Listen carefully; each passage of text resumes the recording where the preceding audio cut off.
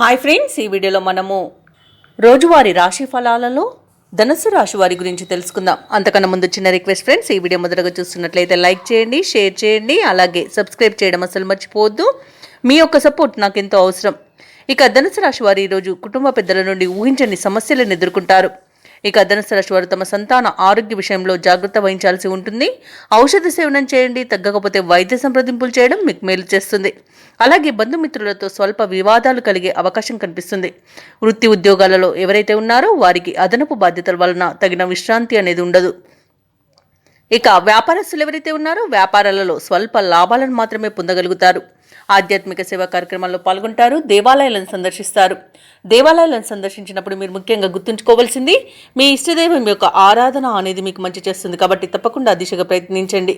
ఇక ఈరోజు ధనుసు రాశి వారు ఆలోచించి నిర్ణయాలు తీసుకోవడం ఎంతో మేలు చేస్తుంది. తొందరపాటుతనం అసలు పనికిరాదు. డబ్బు విషయంలో జాగ్రత్తగా ఉండండి. డబ్బు ఇవ్వడం కానివ్వండి, తీసుకోవడం కానివ్వండి చేయకండి. అలాగే ఇతరులపై ఎక్కువగా ఆధారపడడం వలన మీకు నష్టాలను చవి చూడాల్సి వస్తుంది. అలాగే ఈరోజు అనారోగ్య సమస్యలు కూడా వేధించే అవకాశం కనిపిస్తుంది.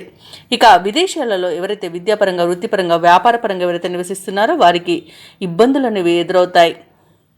ఇక ముఖ్యమైన విషయాలలో పెద్దల సలహాలు తీసుకుని ముందుకు సాగడం అనేది చెప్పుకోదగ్గ సూచన. భార్యాభర్తల మధ్య వివాదాలు కలిగే అవకాశం కనిపిస్తుంది. అలాగే స్నేహితులతో కలహాలు కలిగే అవకాశం కూడా కనిపిస్తుంది. ఇక షేర్ మార్కెట్లలో పెట్టుబడులు పెట్టకండి. అలాగే ఈరోజు మౌనంగా ఉండడం మీకు ఎంతో మేలు చేస్తుంది. ఇక ఈరోజు నూతనంగా చేరిన భాగస్వాముల వల్ల ఇబ్బందులను ఎదుర్కొంటారు. ఉద్యోగస్తులు ఎవరైతే ఉన్నారో ఉద్యోగాలలో ఇబ్బందులు తప్పకపోవచ్చు.